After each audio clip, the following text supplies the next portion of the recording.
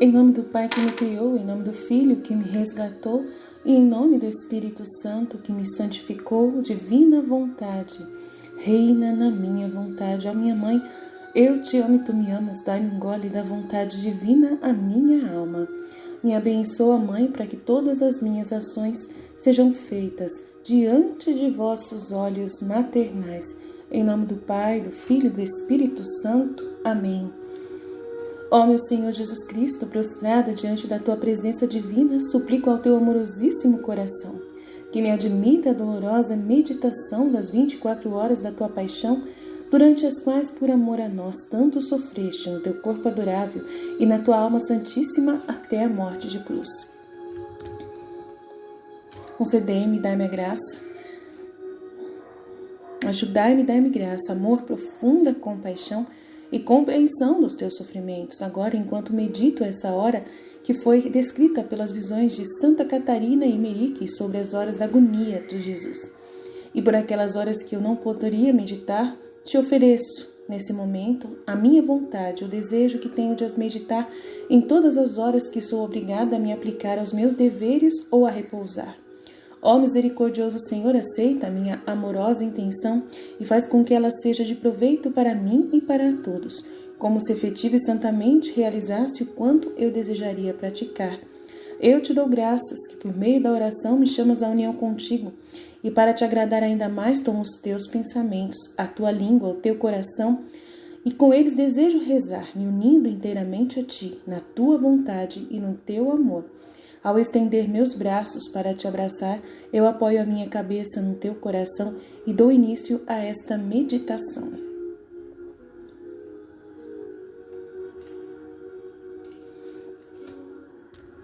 Suprema Majestade, eu venho diante da tua divina vontade, em nome de todos, do primeiro ao último homem que existirá na terra, para dar a ti as homenagens que tendes direito, as adorações, os louvores, o amor que cada criatura lhe deve, as ações de graça e fazer todas as reparações por todos e por cada pecado. Vem, Senhor, na tua divina vontade. Dou-te a minha vontade humana por meio do imaculado coração de Maria, que possui todos os dons e os frutos da divina vontade. Dá-me a tua divina vontade, vem divina vontade nesta ação que estou a fazer e em todas as ações que eu farei durante o dia.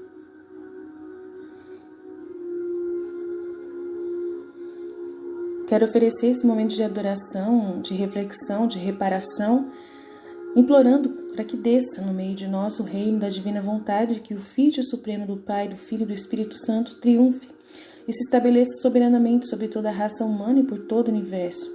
Venho neste momento representar toda a raça humana neste instante, e este meu momento de reparação, meditação é unido a todos os textos, rosários, ofícios, novenas rezados por todos os seres humanos do passado, presente e futuro. Oferta a minha pura intenção de representar agora todos os seres humanos e vou além. Peço na divina vontade que hoje todas as missas celebradas, adorações, louvores, liturgia das horas, leituras meditadas, músicas cantadas e qualquer ato humano que seja elevado a Deus, seja tudo filtrado na minha intenção mais pura na divina vontade.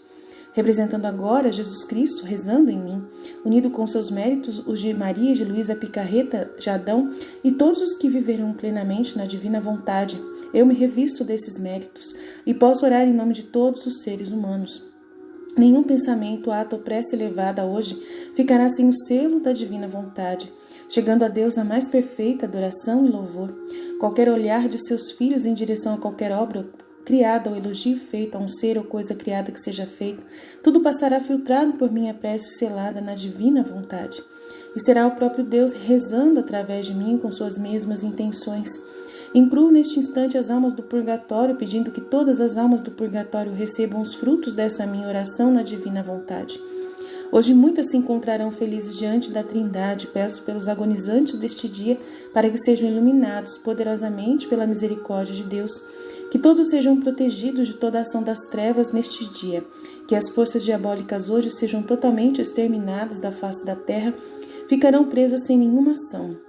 Peço pelo Papa, todo o clero, todos os religiosos, leigos e pelos pecadores do mundo inteiro, que os mais pobres sejam acudidos pela providência de Deus neste dia, os doentes, os pais de família, as pessoas mais desesperadas e angustiadas, doentes terminais, famílias necessitadas de amor e de união, por cada ser humano hoje da terra, que o sangue derramado de Jesus desça poderosamente e cubra todo ser humano. Em todos os lugares mais escuros, que o Pai seja poderosamente louvado e adorado por todos, que sua divina vontade tenha plena liberdade de agir no mundo neste dia, que eu permito e dou total liberdade à divina vontade para intervir no mundo e fazer o que for preciso para fazer seu triunfo acontecer, que o Imaculado Coração de Maria hoje consiga marcar o máximo de filhos possíveis e que ela nos ajude neste momento e principalmente na hora da nossa morte. Amém. Por todos os que ouvirem essa oração nesse momento, você que estiver acompanhando, que estiver meditando comigo, você seja realmente poderosamente tocado pela misericórdia de Deus nesse instante.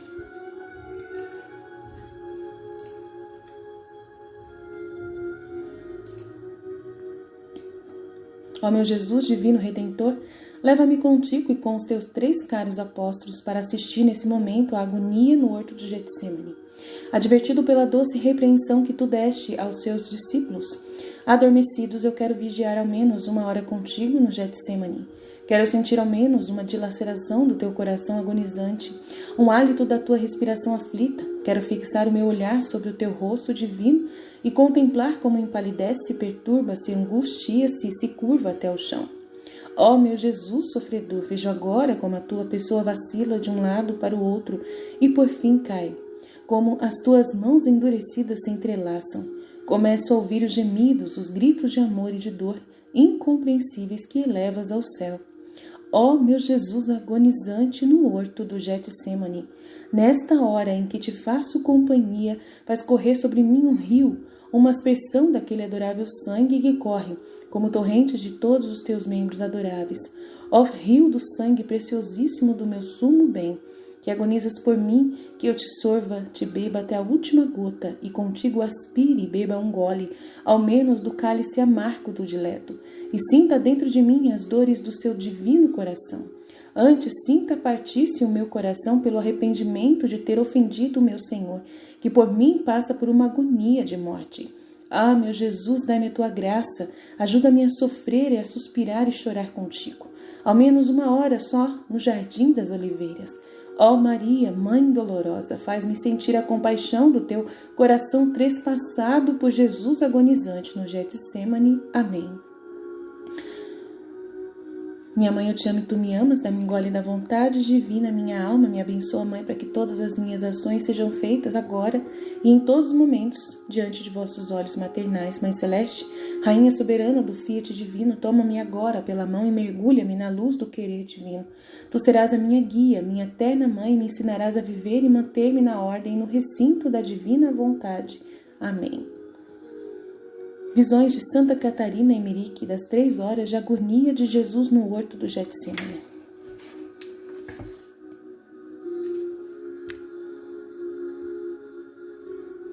Os indizíveis e enormes sofrimentos a que foi acometido nosso Senhor Jesus Cristo quando esteve no Monte das Oliveiras, pouco antes de ser traído por Judas, nos são pouco conhecidos em sua profundidade. Mas graças também às visões de Santa Catarina Emerick, como outras místicas, incluindo a Luísa Picarreta, viemos a conhecer o que Jesus levou e a ter sua alma oprimida de aflição e crescente tristeza naquelas horas que precederam sua paixão e morte. Antever os horrores do pecado humano que iria expiar, sofrer as tentações e acusações por parte de Satanás, ver a imensidade da paixão expiatória em toda a sua realidade e amargura, e por fim ter a visão de um futuro assustador para sua esposa, a futura igreja, que estava para remir tão caro, por um preço tão caro, com o seu próprio sangue e sua vida.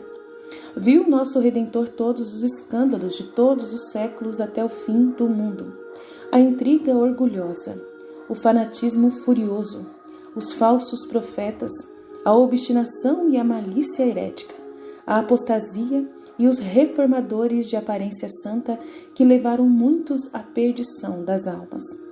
Quando Jesus, depois da instituição do Santíssimo Sacramento, saiu do cenáculo com os 11 apóstolos, já tinha a alma oprimida de aflição e crescente tristeza.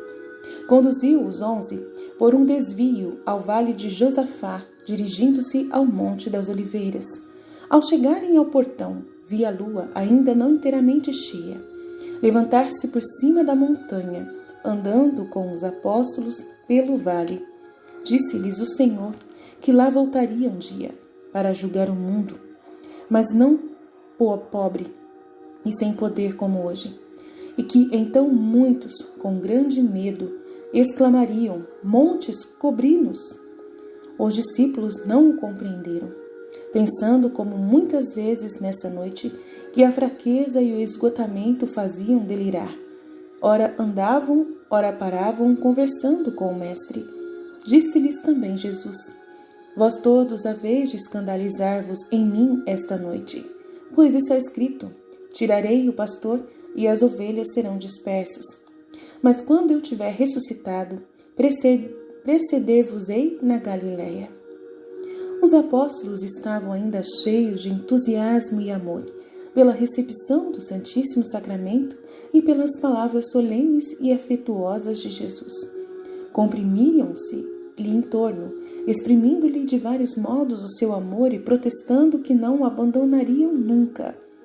Mas como Jesus continuasse a falar no mesmo sentido, disse-lhe Pedro: e se todos se escandalizarem por vossa causa, eu nunca me escandalizarei. Respondeu-lhe o Senhor: em verdade te digo, tu mesmo 3 vezes me negarás esta noite, antes do galo cantar. Pedro, porém, não quis conformar-se de modo algum e disse: mesmo que tivesse que morrer convosco, não vos havia de negar. Assim falaram também todos os outros. Continuavam andando e parando alternadamente, e a tristeza de Jesus aumentava cada vez mais. Queriam os apóstolos consolá-lo de algum modo inteiramente humano, assegurando-lhe que não aconteceria tal coisa.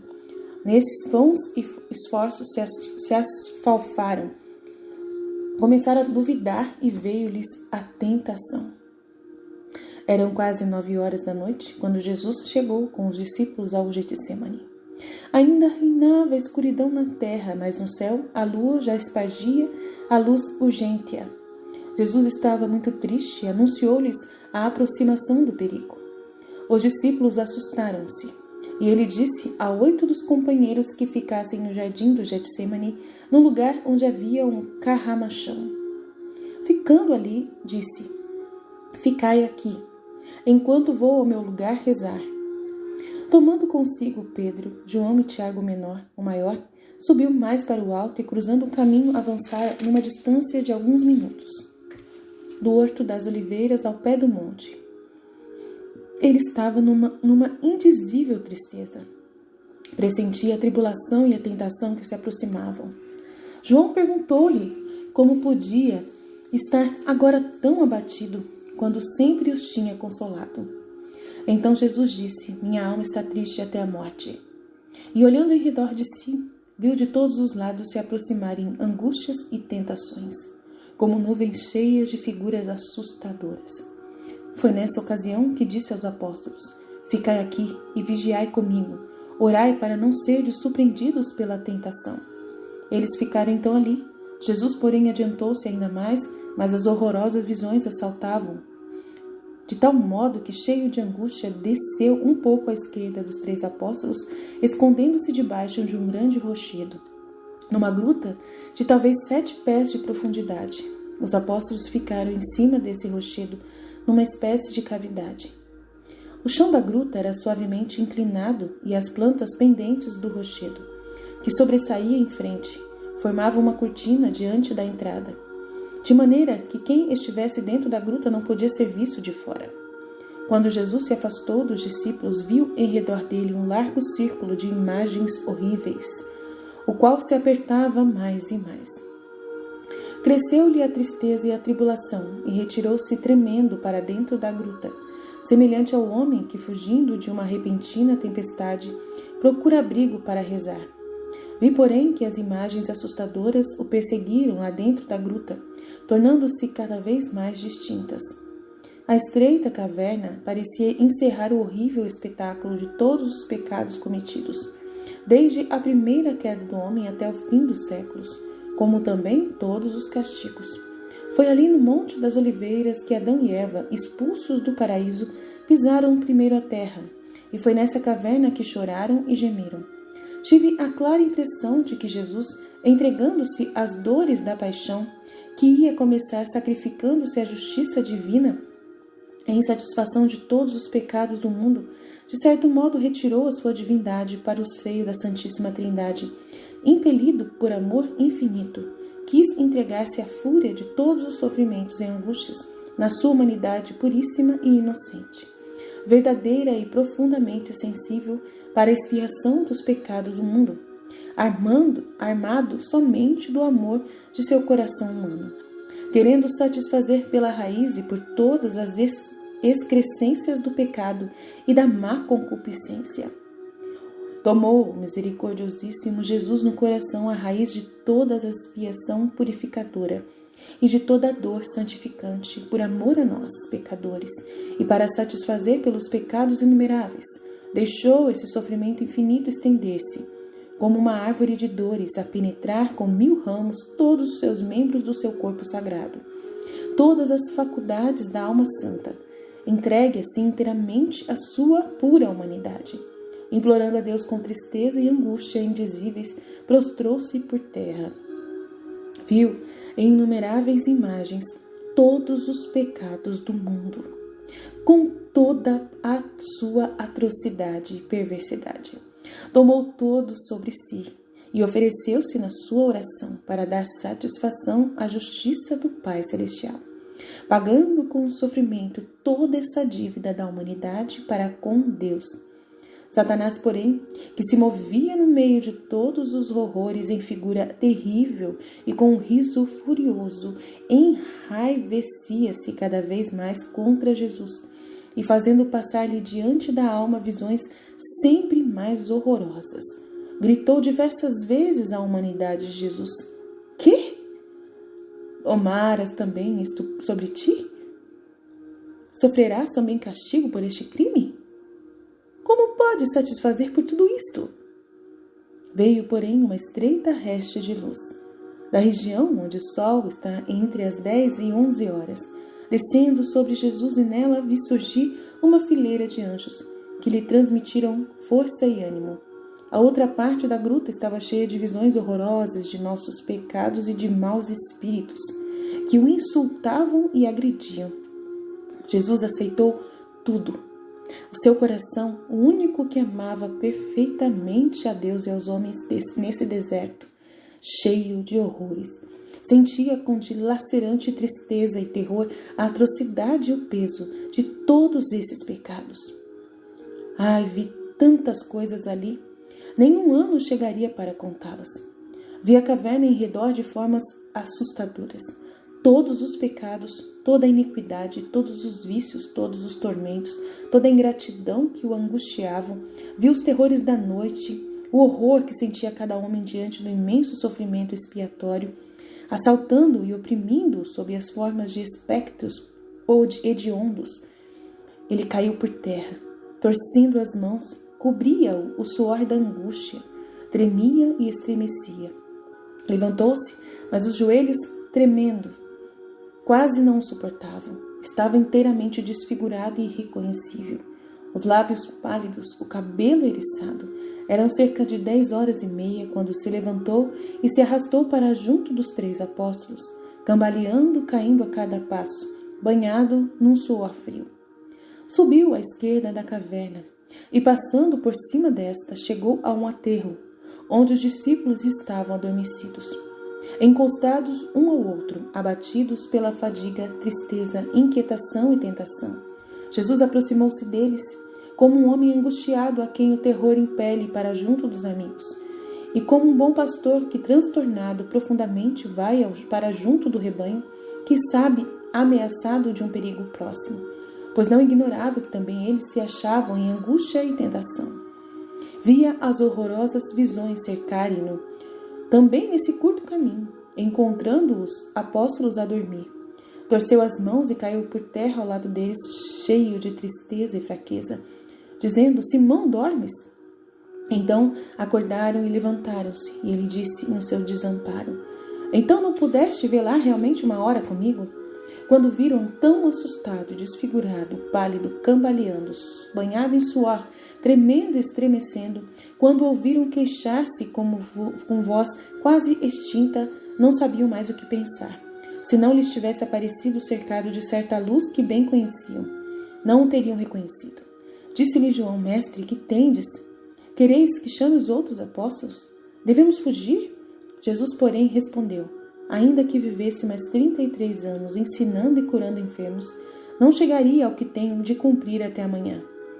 Não chames os 8, deixa-os ali, porque não poderiam me ver nesta aflição sem escandalizar-se. Caíram em tentação. Esquecer-se-iam de muitas coisas e duvidariam de mim. Vós, porém, que viste o Filho do Homem transfigurado, podeis vê-lo também no seu desamparo. Mas vigiai e orai, para não cairdes em tentação. O espírito é pronto, mas a carne é fraca. Voltando à gruta, com toda a tristeza que o acabrunhava, Jesus prostrou-se por terra com os braços estendidos e rezou ao Pai Celeste. Mas passou-lhe na alma nova luta, que durou 3/4 de hora. Anjos vieram apresentar-lhe, em grande número de visões, tudo o que ele devia aceitar de sofrimentos para expiar o pecado. Mostraram-lhe a beleza do homem antes do primeiro pecado, como imagem de Deus, e quanto o pecado tinha rebaixado e desfigurado. Mostraram-lhe como o primeiro pecado fora a origem de todos os pecados, a significação e essência da concupiscência e seus terríveis efeitos sobre as faculdades da alma e do corpo do homem, como também a essência e a significação de todas as penas contrárias à concupiscência. Mostraram-lhe os seus sofrimentos de corpo e alma, suficientes para cumprir todas as penas impostas pela justiça divina à humanidade inteira, por toda a má concupiscência, e depois como sofrimento para dar verdadeira satisfação. Castigou os pecados de todos os homens na única natureza humana que era inocente, na humanidade do Filho de Deus, o qual, para tomar sobre si por amor a culpa e o castigo da humanidade inteira, devia também combater e vencer a repugnância humana contra o sofrimento e a morte. Tudo isto lhe mostraram os anjos, ora em coros inteiros, ora em séries de imagens, ora separados com as imagens principais. Vi as figuras dos anjos mostrando com o dedo elevado as imagens, e percebi o que disseram, mas sem lhes ouvir as vozes. Não há língua que possa descrever o horror e a dor que invadiu a alma de Jesus ao ver esta terrível expiação, pois não viu somente a significação das penas expiatórias contrárias à concupiscência pecaminosa, mas também a significação de todos os instrumentos do martírio, de modo que o horrorizou. Não só a dor causada pelos instrumentos, mas também o furor pecaminoso daqueles que o inventaram, a malícia dos que o usavam e a impaciência daqueles que com eles tinham sido atormentados, pois pesavam sobre ele todos os pecados do mundo. O horror desta visão foi tal que lhe saiu do corpo um suor de sangue. Quando o Redentor no Monte das Oliveiras se entregou como homem verdadeiro e real ao horror humano, à dor e à morte, quando se incumbiu de vencer esta repugnância de sofrer, que faz parte de todo o sofrimento, foi permitido ao tentador que lhe fizesse tudo o que costuma fazer a todos os homens que quer sacrificar-se por sua causa, por uma causa santa. Na primeira agonia, Satanás mostra ao nosso Senhor, com raivosa zombaria, a enormidade da culpa do pecado que quisera tomar a si, e levou a audácia ao ponto de afirmar que a vida do mesmo Redentor não era livre de pecados. Na segunda agonia, viu Jesus a imensidade da paixão expiatória, em toda a sua realidade e amargura. Esta apresentação foi feita pelos anjos, pois não compete a Satanás mostrar a possibilidade da expiação. Nem convém que o pai da mentira e do desespero mostre as obras da misericórdia divina.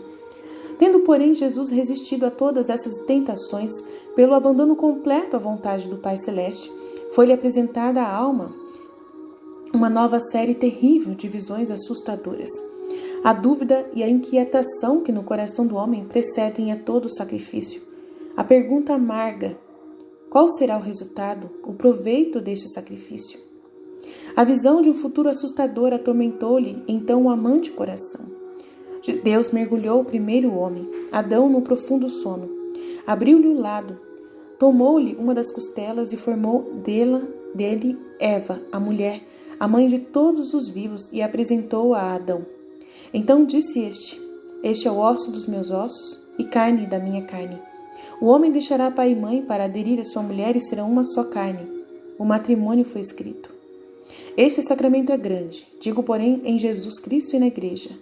Pois Jesus Cristo, o novo Adão, quis também se submeter a um sono, o sono da morte da cruz.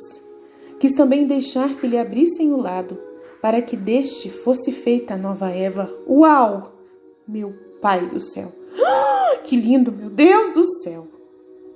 Uau! Nunca ouvi isso, que lindo! Vou ler de novo. Este sacramento é grande, digo, porém, em Jesus Cristo e na Igreja. Pois Jesus Cristo, o novo Adão, quis também se submeter a um sono, o sono da morte na cruz. Meu Deus! Quis também deixar que lhe abrissem o lado, para que deste fosse feita a nova Eva, a sua esposa imaculada Igreja, mãe de todos os vivos. Oh, meu Deus! Obrigado, meu Deus do céu! Quis dar-lhe o sangue da redenção, a água da purificação e o Espírito Santo. Oh, meu Deus! Que lindo, meu Deus do céu! Os três que dão testemunho na terra. Quis dar-lhe os santos sacramentos para que fosse uma esposa pura, santa e imaculada. Quis ser-lhe a cabeça e nós devíamos ser os membros sujeitos à cabeça, devíamos ser osso dos seus ossos, carne da sua carne. Meu Deus do céu! Meu Deus do céu! Eu entendi isso sem ter lido isso, confirmando a aula que eu dei sobre o casamento de Cristo com a Igreja. Aceitando a natureza humana para sofrer a morte por nós, tinha Jesus abandonado pai e mãe e unira-se à sua esposa, a Igreja. Tornou-se uma carne com ela, alimentando-a com o Santíssimo Sacramento do altar, no qual se une a nós dia após dia. Nossa, o esposo fica com a esposa, o esposo fica com a esposa durante 2000 anos, mais de que 2000 anos. O esposo nunca se separou da sua esposa, é aquilo que eu falei, que não tem como se separar. Eu falei isso na aula, eu disse, era Jesus falando, não era eu, era Jesus falando pela minha boca. Meu Deus do céu, que lindo, que lindo, que lindo, que lindo, que lindo, que lindo, meu Deus do céu. Meu Deus do céu, meu Deus do céu. Aceitando a natureza humana para sofrer a morte por nós, tinha Jesus abandonado pai e mãe, aceitando a natureza humana, gente. Para sofrer a morte por nós, ele deixou pai e mãe.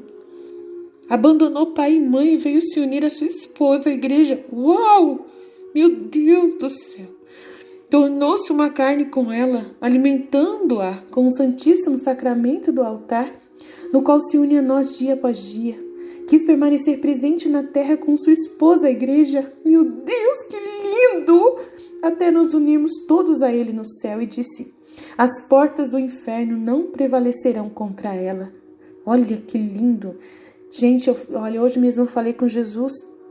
Por que, Senhor, que eu tenho que falar contra a sua Igreja?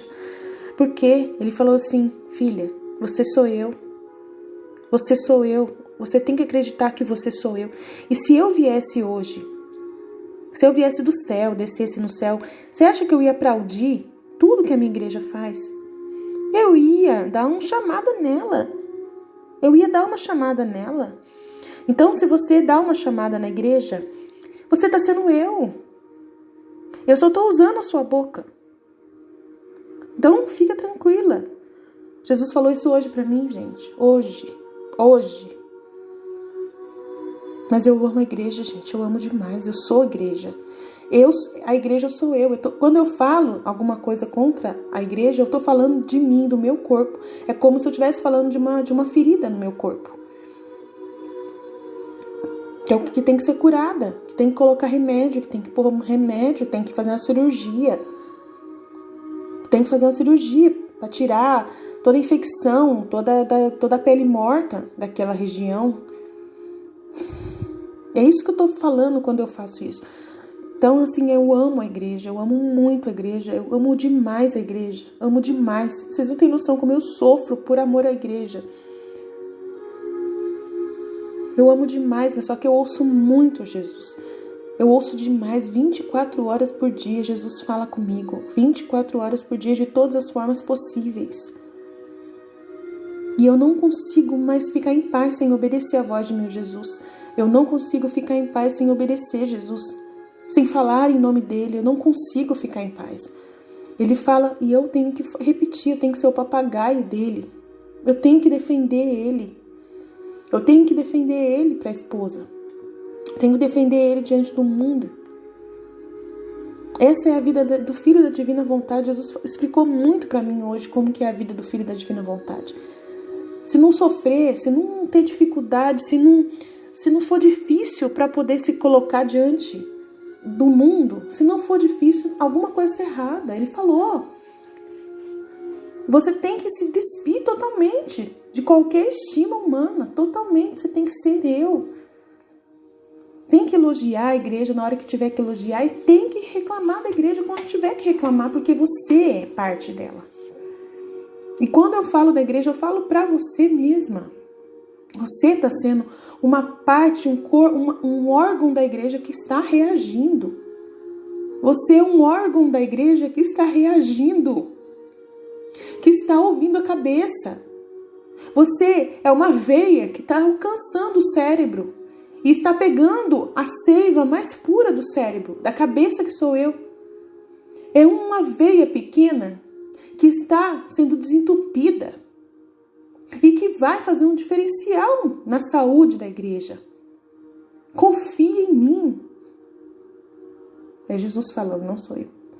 Vamos lá, continuar.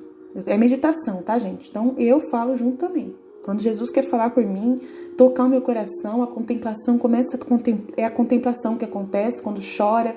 Então a forma de oração que a gente reza é todos os tipos de orações. Principalmente os 3 tipos, que é a oração oral, que eu já fiz, a parte oral, é a parte meditativa, onde eu estou lendo, e a contemplativa, onde eu estou vendo as imagens plenamente e me identificando. Então, a gente já faz as 3 tipos de orações principais, né? E no meio disso tudo vem as outras também, né? Que pouco a pouco a gente... Mas essas 3 principais sempre são vistas, são sempre observadas, né? No Filho da Divina Vontade. Para praticar esse incomensurável amor para com os pecadores, tornara-se homem e irmão dos pecadores, tomando sobre si a pena de toda a culpa. Tinha visto com grande tristeza a imensidade desta culpa e da paixão expiatória, e, contudo, entregara-se voluntariamente à vontade do Pai Celeste como vítima expiatória. Neste momento, porém, Jesus viu os sofrimentos, as perseguições e as feridas da futura igreja, sua esposa, que estava para remir com um preço tão caro, com o seu próprio sangue, viu a ingratidão dos homens. Apresentaram-se-lhe diante da alma todos os futuros sofrimentos dos apóstolos, discípulos e amigos. A igreja primitiva, tão pouco numerosa.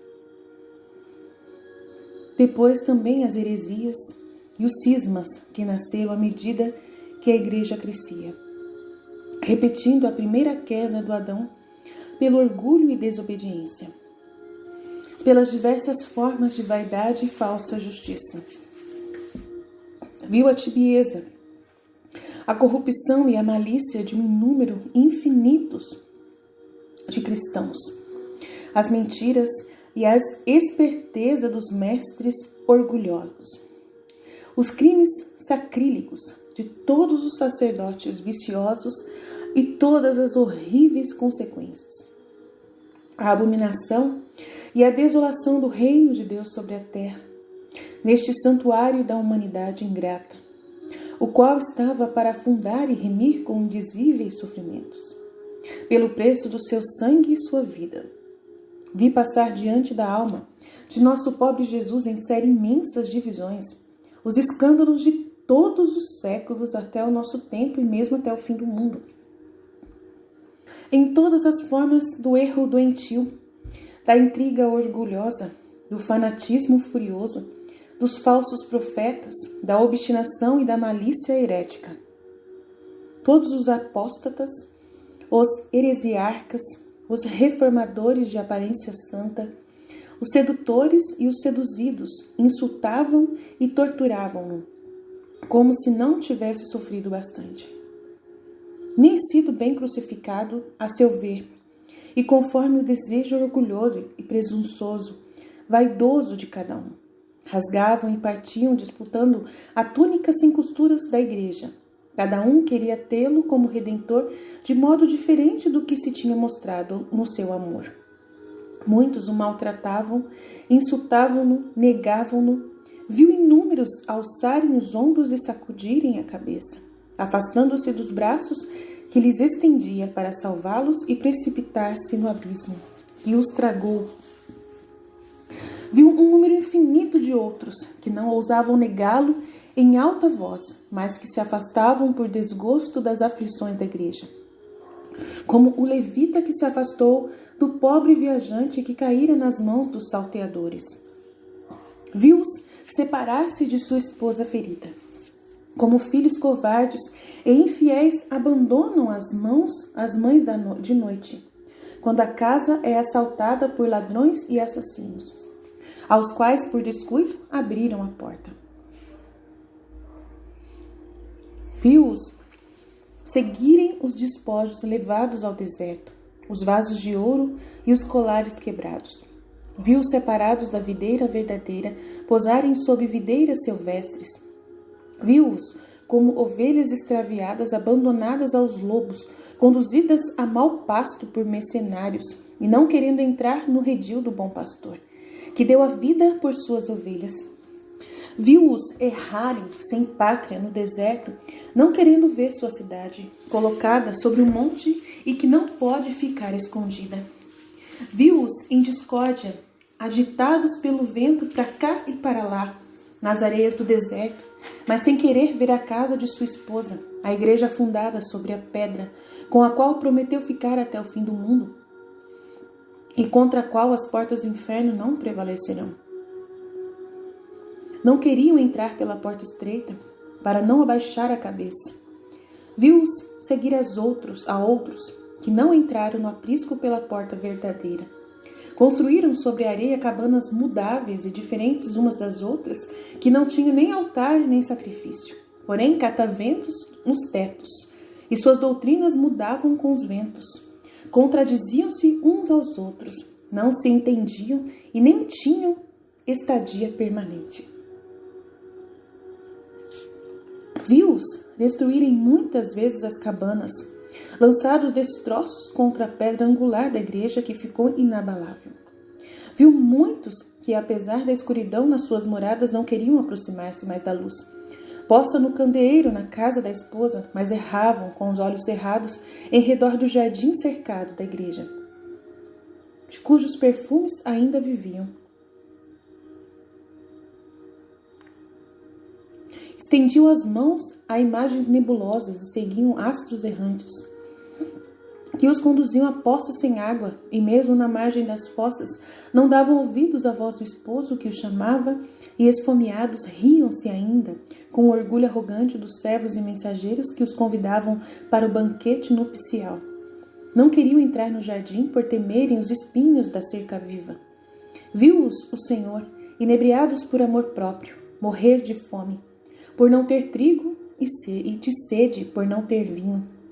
Cegos por sua própria luz, chamavam de invisível a igreja do Verbo encarnado. Jesus viu-os todos com tristeza. Quis sofrer por todos que não queriam segui-lo, carregando a cruz da igreja, sua esposa, a qual se deu no Santíssimo Sacramento, na sua cidade colocada no cimo do monte, que não pode ficar escondida na sua igreja fundada sobre a pedra e contra a qual as portas do inferno não prevalecerão. Todas essas inumeráveis visões da ingratidão dos homens, do abuso feito da morte expiatória de meu esposo celeste, vi-as passar diante da alma contristada do Senhor, ora variando, ora em dolorosa repetição.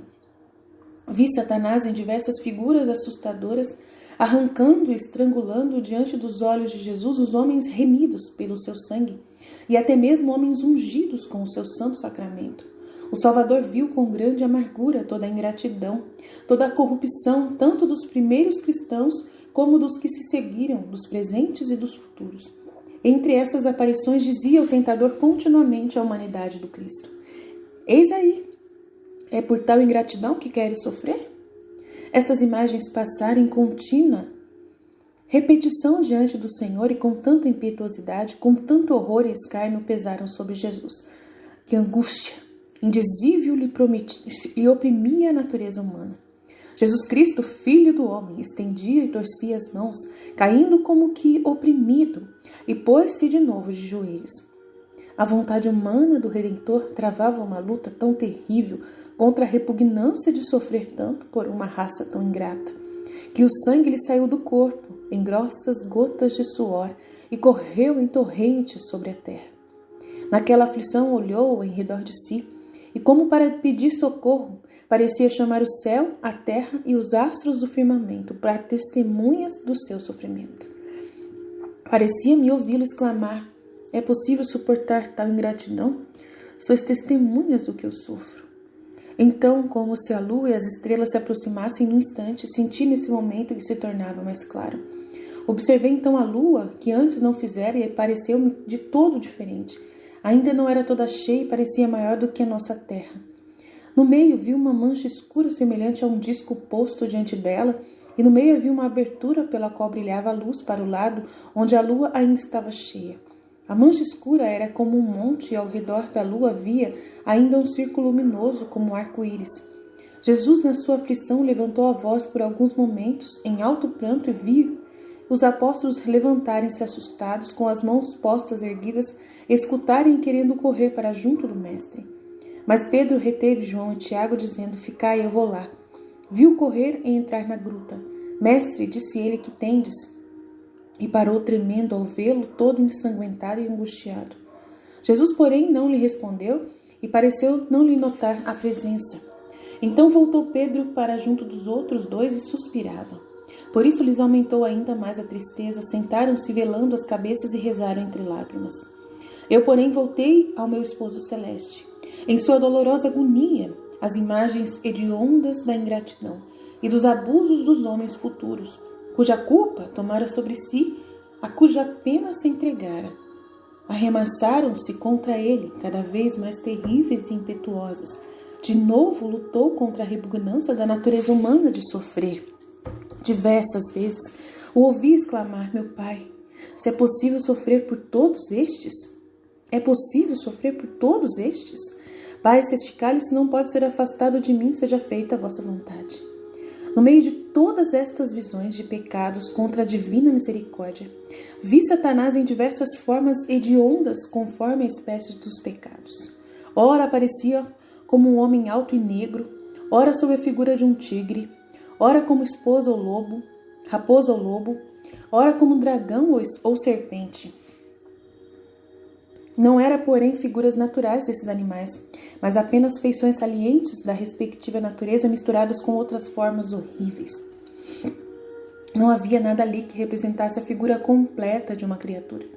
Era somente símbolos de decadência, de abominação, de horror e da contradição e do pecado, símbolos do demônio. Essas figuras diabólicas empurravam, arrastavam, despedaçavam e estrangulavam, à vista de Jesus, inumeráveis multidões de homens, por cujo resgate das garras de Satanás o Salvador entrara no doloroso caminho da cruz.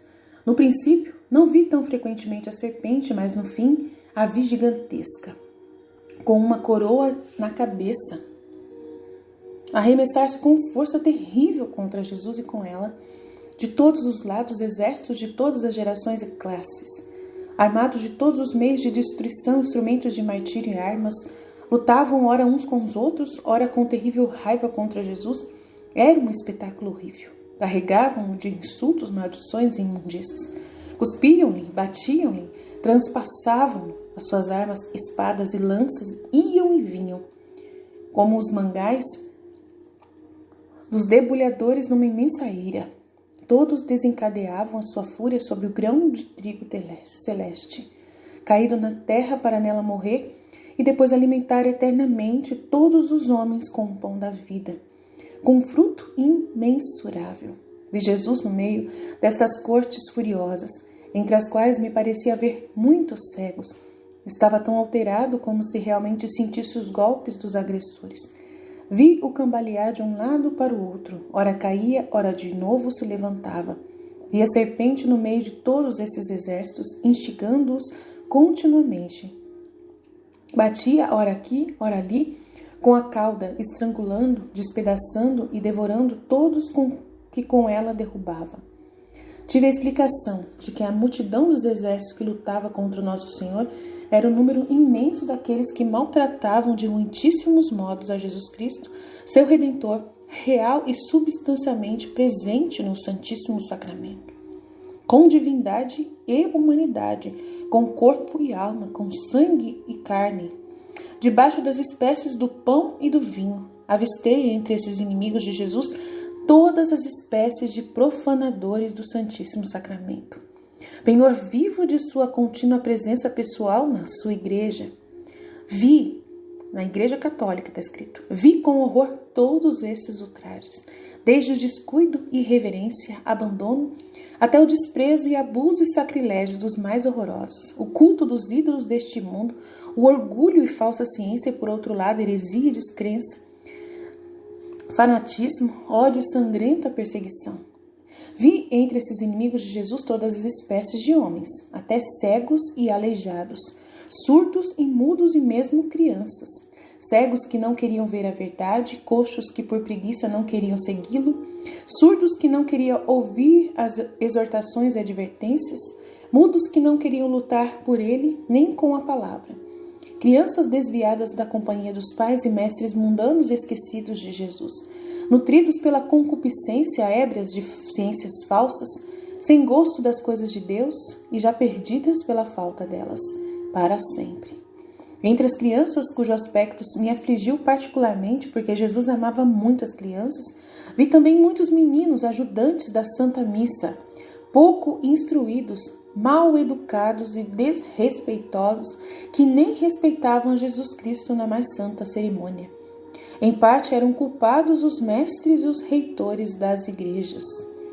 Vi com espanto que também muitos sacerdotes de todas as hierarquias contribuíam para o desrespeito de Jesus no Santíssimo Sacramento, até alguns que se tinham por crentes e piedosos. Quero mencionar entre estes infelizes apenas uma classe.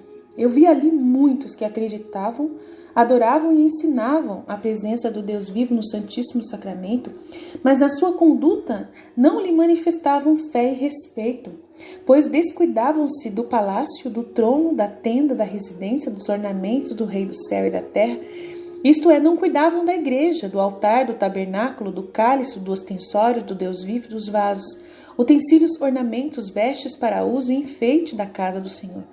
Tudo estava ali abandonado e se desfazia em poeira, mofo e imundícies de muitos anos.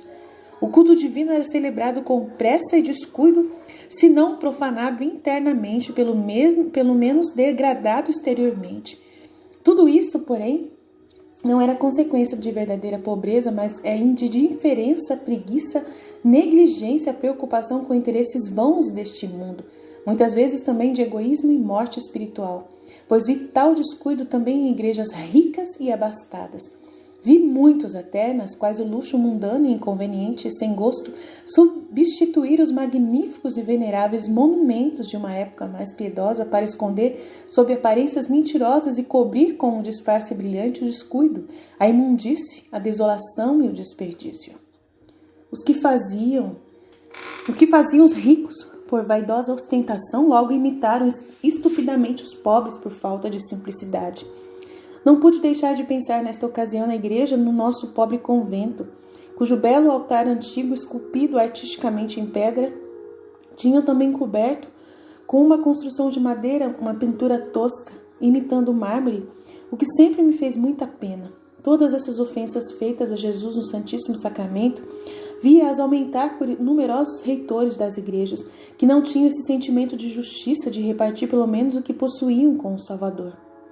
Presente sobre o altar que se entregou por eles à morte e se lhes deu todo inteiro no Santíssimo Sacramento. Em verdade, como os mais pobres estavam muitas vezes melhor instalados nas suas casas que o Senhor nas igrejas.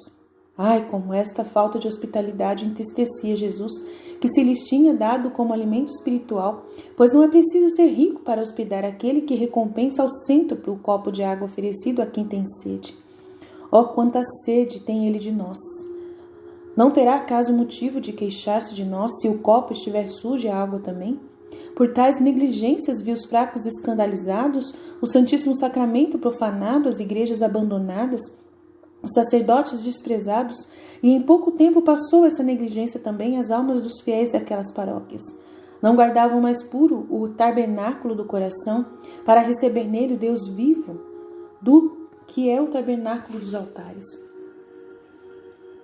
Para agradar e adular os príncipes e grandes deste mundo, para satisfazer-lhes os caprichos e desejos mundanos, vitais administradores de igrejas, fazer todos os tipos de esforços e sacrifícios, mas para o Rei do céu e da terra estavam deitados como o pobre Lázaro diante da porta, desejando em vão as migalhas. O Rei do céu e da terra estava deitado como o pobre Lázaro diante da porta, desejando em vão as migalhas de caridade que ninguém lhe dava. Nossa, tinha apenas as chagas que nós lhe fizemos e que lhe lambiam os cães. Isto é, os pecadores reincidentes que, semelhante a cães, vomitam e depois voltam para comer o vômito. Meu Deus do céu. Se falasse um ano inteiro, não podia conter todas as afrontas feitas a Jesus e que deste modo conheci. Eu vi os autores dessas afrontas agredirem o nosso Senhor com diferentes armas, conforme a espécie de seus pecados. Eu vi clérigos irreverentes de todos os séculos, sacerdotes levianos em pecado, sacrílegos celebrando o santo sacrifício e distribuindo a sagrada Eucaristia. Vi multidões de comungantes, tíbios e indignos. Vi homens numerosos para os quais a fonte de toda a bênção, o mistério do Deus vivo, se tornara uma palavra de imprecação, fórmula de maldição. Guerreiros furiosos, servidores do demônio, profanando os vasos sagrados e jogando fora as hóstias sagradas, ou maltratando-as horrivelmente e até abusando do sumo bem, por uma hedionda e diabólica idolatria. Ao lado destes brutais e violentos, vi inúmeras outras impiedades, menos grosseiras, mas do mesmo modo abomináveis. Vi muitas pessoas seduzidas por mau exemplo e ensino pérfido, perderem a fé na presença real de Jesus na Eucaristia e deixarem de adorar nela humildemente seu Salvador. Vi nessas multidões grande número de professores indignos que se tornavam heresiarcas, lutavam a princípio uns contra os outros e depois se uniram para atacar furiosamente a Jesus no Santíssimo Sacramento na sua igreja. Vi um grupo numeroso desses heresiarcas negar e insultar o sacerdócio da igreja, contestar e negar a presença de Jesus Cristo nesse mistério do Santíssimo Sacramento, negar também ter ele entregue este mistério à igreja e havê-lo esta guardado fielmente. Pela sedução lhe arrancavam do coração um número imenso de homens pelos quais tinha derramado seu sangue. Aí era um aspecto horrível, pois via a igreja como o corpo de Jesus que reunira pela dolorosa paixão os membros separados e dispersos. Vi todas aquelas comunidades e famílias e todos os seus descendentes separados da igreja serem arrancados como grandes pedaços de carne do corpo vivo de Jesus, ferindo-o e despedaçando-o dolorosamente. Aí ele seguia com olhares tristes, lastimando-lhes a perdição, ele que no Santíssimo Sacramento se tinha dado como alimento para unir ao corpo da igreja, sua esposa. Os homens separados e dispersos viu-se despedaçado e dividido nesse mesmo corpo de sua esposa pelos maus frutos da árvore da discórdia. A mesa da união no Santíssimo Sacramento, sua mais sublime obra de amor, na qual quis ficar eternamente com os homens, tornara-se pela malícia dos falsos doutores fonte de separação.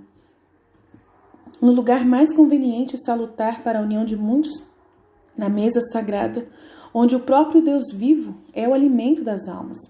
Deviam seus filhos separar-se dos infiéis e hereges, para não se tornarem réus de pecado alheio. Vi que deste modo povos inteiros se lhe arrancaram do coração, privando-se do tesouro de todas as graças, que ele deixara à igreja. Era horrível vê-los separarem-se. Só poucos no princípio, mas esses se voltaram como grandes povos, em hostilidade uns contra os outros, por estarem separados no Santíssimo. Por fim, vi todos os que estavam separados da Santa Igreja, embrutecidos e enfurecidos na descrença, superstição, heresia, orgulho e falsa filosofia mundana. Unidos em grandes exércitos, atacavam e devastavam a igreja e no meio deles a serpente, xingando e estrangulando-os. Aí era como se Jesus se visse e sentisse despedaçado em inúmeras fibras das mais delicadas. O Senhor viu e sentiu nessas angústias toda a árvore venenosa do cisma, com todos os respectivos ramos e frutos que continuam a dividir-se até o fim do mundo, quando o trigo é recolhido no celeiro e a palha lançada ao fogo. Esta horrorosa visão era tão terrível e hedionda que meu esposo celeste me apareceu e, colocando a mão misericordiosa sobre o meu peito, disse: ninguém viu isto ainda, e teu coração se despedaçaria de dor se eu não a sustentasse. Vi então sangue rolando, em largas e escuras gotas, sobre o pálido semblante do Senhor. O seu cabelo, em geral, liso e repartido no meio da cabeça, estava conglutinado com sangue, eriçado e desgrenhado, a barba ensanguentada e em desordem. Foi depois da última visão, na qual os exércitos inimigos o despedaçaram, que saiu da caverna quase fugindo e voltou-se para junto dos discípulos, que não tinha mais o andar firme. Andava como um homem coberto de feridas e curvado sob um fardo pesado, como quem tropeça a cada passo. Chegando junto dos 3 apóstolos, viu que não se tinham deitado para dormir, como da primeira vez estavam sentados, as cabeças veladas e apoiadas sobre os joelhos, posição em que vejo muitas vezes o povo daquele país, quando estão de luto ou querem rezar. Adormeceram vencidos pela tristeza, medo e fadiga. Quando Jesus se aproximou tremendo e gemendo, acordaram. Mas ao vê-lo diante de si, na claridade do luar, com o peito encolhido, o semblante pálido e ensanguentado, o cabelo desgrenhado, fitando-os com um olhar triste, não o reconheceram por alguns momentos. Com a vista fatigada, pois estava indizivelmente desfigurado. Jesus, porém, estendeu os braços.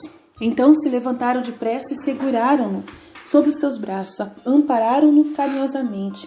Disse-lhes que no dia seguinte os inimigos o matariam.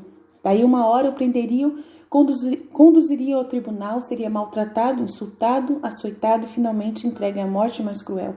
Com grande tristeza lhes disse tudo o que teria de sofrer até a tarde do dia seguinte e pediu que consolassem sua mãe Madalena. Esteve assim diante deles por alguns minutos, falando-lhes, mas não responderam, porque não sabiam o que dizer. De tal modo as palavras e o aspecto do mestre os tinha assustado. Pensavam até que estivesse em delírio. Quando, porém, quis voltar à gruta, não tinha mais força para andar. Vi que João e Tiago conduziram e, depois de ter entrado na gruta, voltaram.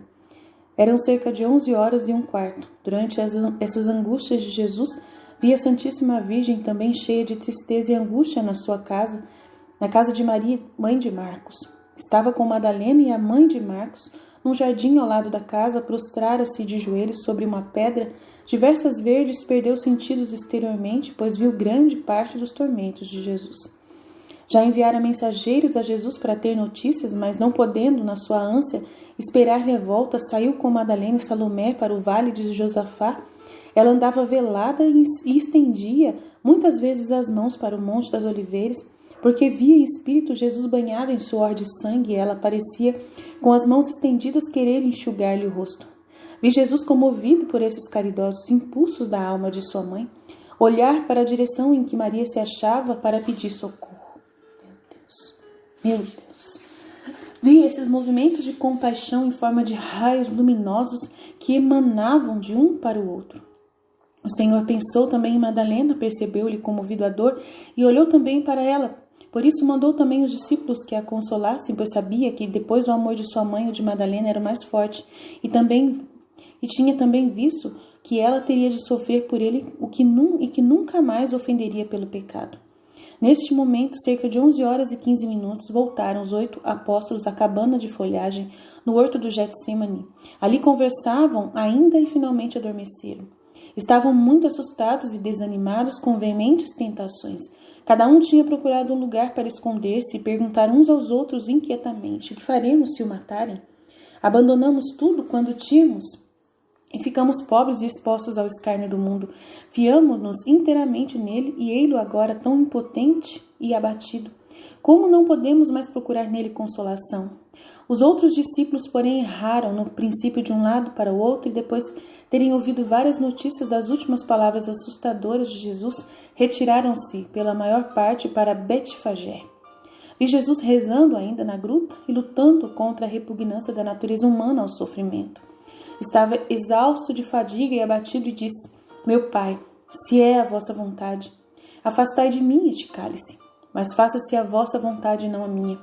Então se abriu o abismo diante dele e apareceram-lhe os primeiros degraus do limbo, como na extremidade de uma vista luminosa. Viu Adão e Eva, os patriarcas, os profetas, os justos, os parentes de sua mãe, João Batista, esperando-lhe a vinda no mundo inferior, com um desejo tão violento que essa vista lhe fortificou e reanimou o coração amoroso.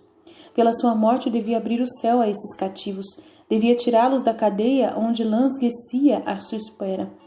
Tendo visto com profunda emoção, esses santos dos tempos antigos apresentaram-lhe os anjos, todas as multidões de bem-aventurados do futuro que juntando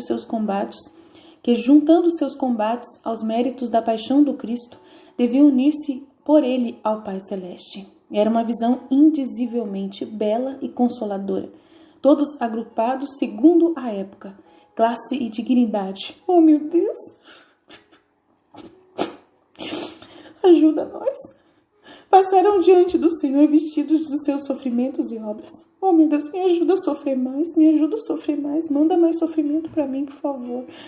Viu a salvação e santificação sair em ondas inesgotáveis, na fonte da redenção aberta pela sua morte. Obrigado. Os apóstolos, os discípulos, as virgens, santas mulheres, todos os mártires, confessores, eremitas, papas e bispos, grupos numerosos de religiosos, em uma palavra, um exército inteiro de bem-aventurados apresentou-se-lhe à vista. Obrigado, meu Deus, obrigado, meu Pai do céu. Todos traziam na cabeça coroas triunfais e as coroas variavam de forma, de cor, de perfume, de virtude, conforme a diferença dos respectivos sofrimentos, combates e vitórias que lhes tinham proporcionado a glória eterna. Toda a vida e todos os atos, todos os méritos e toda a força, assim como toda a glória e todo o triunfo dos santos provinham unicamente de sua união aos méritos de Jesus Cristo. A ação e influência recíproca que todos estes santos exerciam uns sobre os outros. A maneira por que auriam a graça de uma única fonte, do santo sacramento e da paixão do Senhor, apresentavam um espetáculo singularmente tocante e maravilhoso.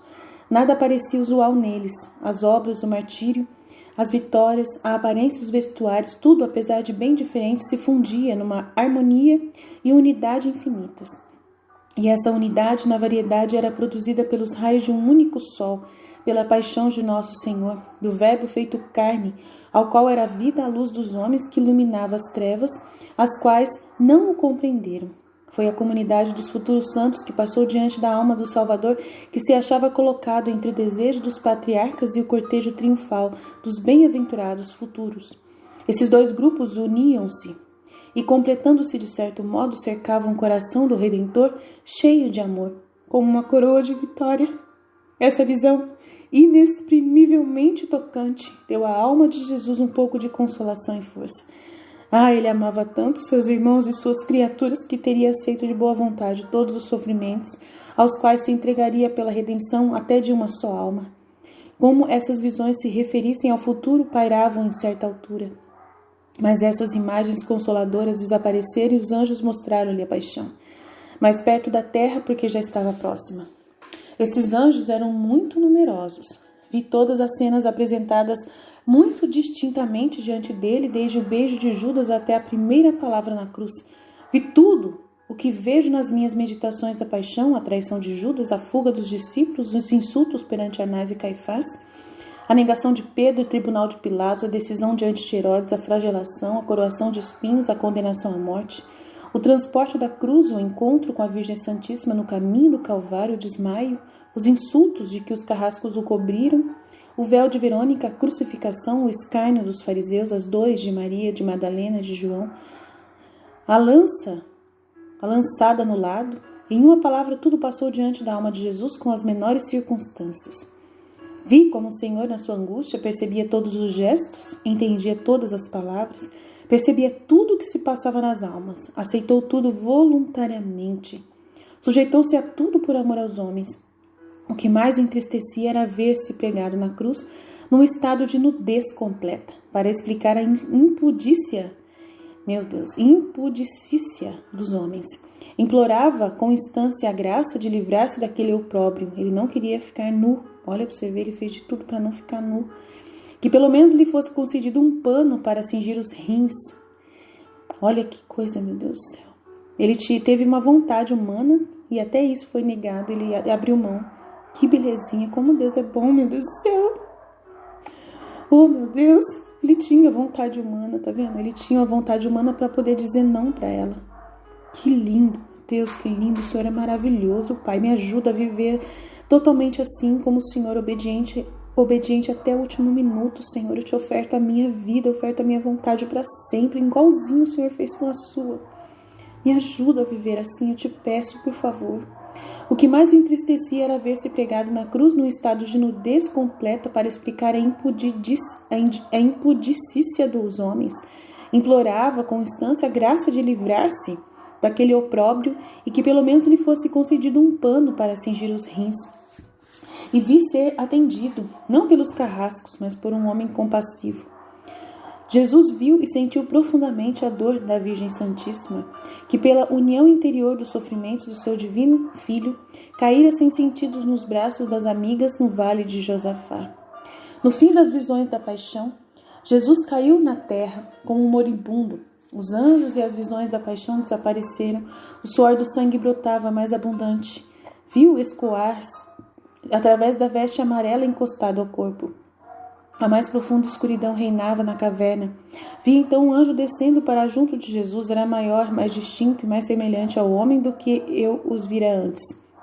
Estava vestido como um sacerdote, com uma longa veste flutuante ornada de franjas e trazia na mão diante de si um pequeno vaso em forma de cálice da última ceia. Na abertura deste cálice se viu um pequeno corpo oval do tamanho de uma fava que espargia uma luz avermelhada. O anjo estendeu-lhe a mão direita e, parando diante de Jesus, levantou-se. Pôs-lhe na boca aquele alimento misterioso e fê-lo beber o pequeno cálice luminoso. Depois desapareceu, tendo aceitado o cálice dos sofrimentos e recebido nova força. Jesus ficou ainda alguns minutos na gruta, mergulhado em meditação tranquila e dando graças ao Pai Celeste. Estava ainda aflito, mas confortado de modo sobrenatural, a ponto de poder andar para junto dos discípulos sem cambalear, sem se curvar sob o peso da dor. Estava ainda pálido e desfigurado, mas o passo era firme e decidido. Enxugara o rosto com um sudário e pusera em ordem os cabelos que lhe pendiam sobre os ombros, úmidos de suor e conglutinados de sangue. Quando saiu da gruta, vi a lua como dantes, com a mancha singular que formava um centro e a esfera que a cercava. Mas a claridade dela e das estrelas era diferente da que tinha antes. Por ocasião das grandes angústias do Senhor, a lua agora era mais natural. Quando Jesus chegou junto aos discípulos, estavam estes deitados, como na primeira vez, encostados ao muro de aterro, com a cabeça velada e dormiam. O Senhor disse-lhes que não era tempo de dormir, mas que deviam velar e orar, vigiar e orar. Esta é a hora em que o Filho do Homem será entregue nas mãos dos pecadores. Disse: levantai-vos e vamos, o traidor está perto, melhor lhe seria que não tivesse nascido. Os apóstolos levantaram-se assustados e olharam em roda de si inquietos. Depois de um pouco tranquilo, Pedro disse calorosamente: Mestre, vou chamar os outros para vos defendermos. Mas Jesus mostrou-lhes a alguma distância no vale, outro lado da torrente de Cedron, uma tropa de homens armados que se aproximavam com archotes, e disse-lhes que um deles o tinha traído. Os apóstolos julgavam isso impossível. O mestre falou-lhes ainda mais com calma, recomendo-lhes de novo que consolem a Santíssima Virgem, e disse: vamos ao encontro deles. Eu vou me entregar-me sem resistência nas mãos dos meus inimigos. Então saiu do Horto das Oliveiras com os 3 apóstolos e foi ao encontro dos soldados, no caminho que ficava entre o jardim e o Horto da Getsemane. Quando a Santíssima Virgem voltou a si, nos braços de Madalena e Salomé, alguns discípulos que viram aproximar-se os soldados vieram a ela e reconduziram-na à casa de Maria, mãe de Marcos. Os soldados tornaram um caminho mais curto do que o de que Jesus tinha seguido, vindo do cenáculo. A gruta onde Jesus tinha rezado essa noite não era aquela na qual acostumava rezar, no Monte das Oliveiras. Ia geralmente a uma caverna mais afastada, aonde depois de ter maldito a figueira infrutífera rezava numa grande aflição com os braços estendidos e apoiados sobre um rochedo. Os traços do corpo e das mãos ficaram-lhe impressos na pedra e foram mais tarde venerados, mas não se sabia então em que ocasião o prodígio fora feito. Vi diversas vezes semelhantes impressões feitas em pedra, seja por profetas do Velho Testamento, seja por Jesus, Maria ou alguns dos apóstolos. Vi também as do corpo de Santa Catarina de Alexandria, no Monte Sinai. Essas impressões não parecem profundas, mas semelhantes às que ficam, pondo-se a mão sobre uma massa consistente. Fim da transcrição. Fonte: Vida, Paixão e Glorificação do Cordeiro de Deus segundo as visões da piedosa freira Ana Catarina de Emerick. Jesus, eu confio em vós.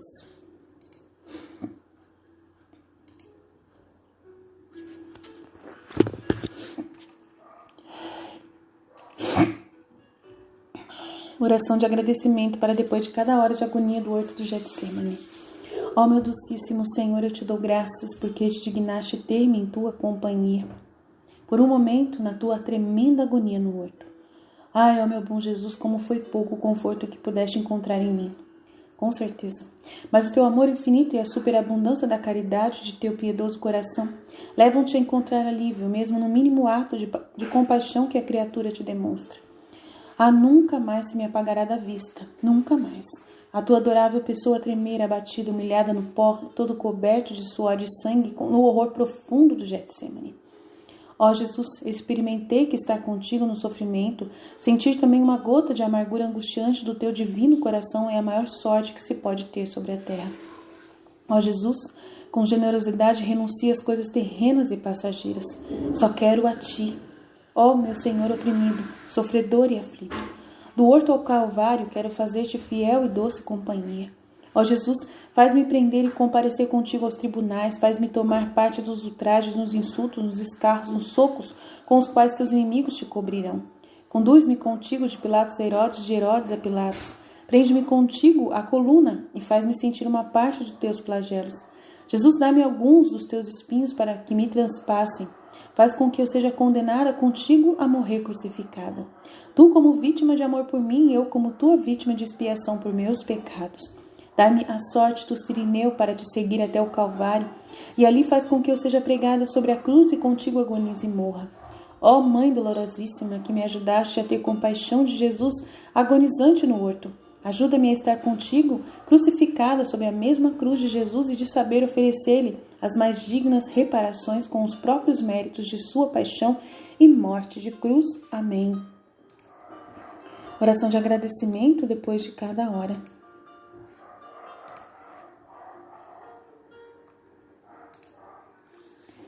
Ó meu Jesus, tu me chamaste para te fazer nessa hora companhia na sua paixão e eu vim. Parecia-me que te ouvia angustiado e sofredor a reparar e sofrer e a pedir com as palavras mais comovedoras e eloquentes a salvação das almas. Procurei te seguir em tudo e agora ao te deixar para me dedicar aos meus afazeres, sinto o dever de dizer, eu te agradeço e bendigo. Sim, ó Jesus, repito. Eu te agradeço milhares de vezes e te bendigo por tudo que fizeste e sofreste por mim e por todos. Eu te agradeço e bendigo por cada gota de sangue que derramaste, por cada respiro, palpitação, passo, palavra, olhar e também pela amargura e ofensa que padeceste. Por tudo, ó meu Jesus, eu te agradeço e bendigo, ó Jesus, faz com que de todo o meu ser brote um fluxo contínuo de gratidão, de bênçãos, de forma a atrair sobre mim e sobre todos o derramamento das tuas bênçãos e graças. Ó Jesus, me aperta o teu coração e com as tuas mãos santíssimas, assinala cada partícula do meu ser com o teu abençoo-te.